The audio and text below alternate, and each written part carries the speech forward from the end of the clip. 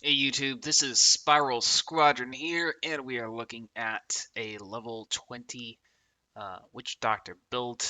This build is great for PvE and PvP. We're going to go ahead and start by looking at the gear, of course, starting with the hat. Scout's Headsband, definitely the best hat you can possibly get. Then you got the coat, Backland robes, and of course the boots, Spirit boots, which are level 5. Very interesting. Well, a lot of this gear comes from the 4 lot group chest that you get while you're questing through the game. So it just has to be that level. So my recommendation to you is to play the game with friends. That's how the game is best played in general. It's just a whole lot more fun when you have someone to play with. But if that's not an option, play multiple accounts. 4 is most ideal, but you can do some combination of those. If your friend is running 2 accounts, maybe you can run 2 accounts and you can just get better gear, which is always more fun when you can get the best. Now, that being said, the best weapon for Witchdoctor is a level 10 weapon called Fool's Wand. You get this by going to the Bruno Chapel. It's the last fight in Valencia Part 1, and you farm um, a group of Armada soldiers. A lot of people refer to this fight as Fool, but you don't actually fight Fool himself. Weapon or eye patch wise, if you're lucky, you'll get the eye patch that gives health. Now, I got a couple of packs and I opened them and I got this eye patch, which gives 5 accuracy, which is cool. Um, but this comes from the Tribal Crew pack. It's fairly easy to get. The Marshal's medallion and the Wrangler's ring, I think they both come from Johnny Ringo. Um, Once again, you don't absolutely need these pieces of gear. The shrimp garnet necklace, the Dutchman totem, and the Pyramid of Fire ring. Any of these are perfectly fine at level 20. Now, of course, Valor armor is king. You really need your Valor armor. Valor armor is the best thing you could possibly get for level 20, so it's optimal, but not necessary. So yeah. By the way, Johnny Ringo is the first.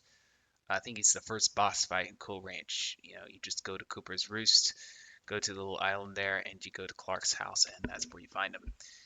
Now, for the pets, you have many options, of course.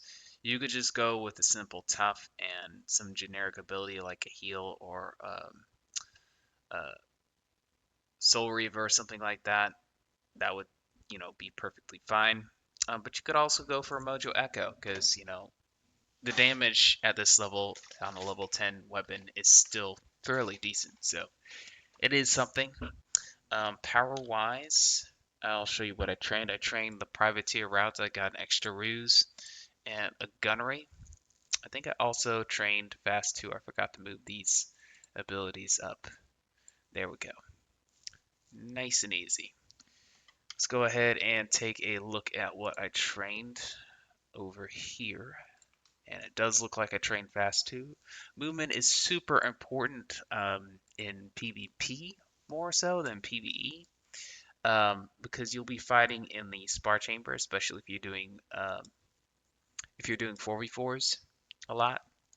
You'll be doing the spar chamber, and it's a fairly big map, so getting fast too is super good to have. But if you are only doing PvE, the maps are not so big and you really don't have to train that. So you could honestly put the point somewhere else. But once again, it's just 2 training points. It's not going to hurt you in PvE either, so I would just go ahead and train it. And some maps and some fights, particularly later on, it does end up being quite useful. So yeah, that is the setup for the gear and what you train. Now we're going to go ahead and take a look at our lineup. Now I always go ahead and do Bonnie Ann for PvP and PvE. Now for 4v4s, getting that good old musket line is quite nice. So I do get these side quest companions particularly for that. And since you get them at level 20, they get 2 more levels and they do give some more health. Now, companion wise, I would say witch doctors are probably the worst off. By the way, look at the health difference on these level 22s in Bonnie Ann. But they still get a couple decent companions. I would say in PvE, the best thing you can do is probably Old Scratch, Bonnie Ann, and Canpo. That's probably your best setup. Now, in some 4v4 situations, they'll let you use Old Scratch. It depends on who you're fighting against. So probably these four for a nice little 4v4. That's probably your best options. Um, but for PvE, this is your best your best your best setup. So I'm going to go ahead and go through each of these companions and show you how I have them set up. Here you go. Always maximize their chains at this level. The most important thing to get is rough and tough for talents. And there you go. Good counter musketeer companion. Ratbeard is, I suppose, more useful for 1v1 type of situations. Not really PvE or 4v4, so I'm not particularly interested in him myself. Carcarius Grimtooth is decent at this level as well. He might actually be good for 4v4s. I've never actually used him a whole lot for 4v4s. But he does have Purge Magic, which at level 20 you can definitely Veil or Armor stack quite a bit, so I'm sure this could be very useful in some niche situations. So he's not so bad. Maybe this particular setup right here for 4v4s, and this one where Scratch is banned.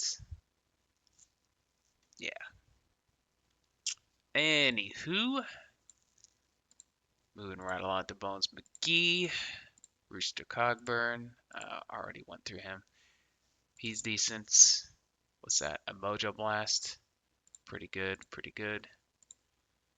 And this guy doesn't get his promo yet, so he's not particularly useful. But yeah, that's level 20, y'all. Let me know what you think in the comments. And if you want to see a level 20 4v4, definitely be sure to check out the description of this video. It certainly was a lot of fun. It did remind me a lot of the classic 4v4s we used to do back in 2013. Um, and, definitely gave the same vibe. You know, didn't feel as, how everything is with like all this new gear and stuff that they have in the game right now. Um, Sometimes you just miss the days where, you know, you didn't have companions one shotting like 4 or 5 other companions and like crazy chains and stuff like that. Sometimes you just want the classical experience again. That's what the level 24 before kind of, you know, that's what it kind of felt like. Anyhow, that's all I got for y'all. See you in another video.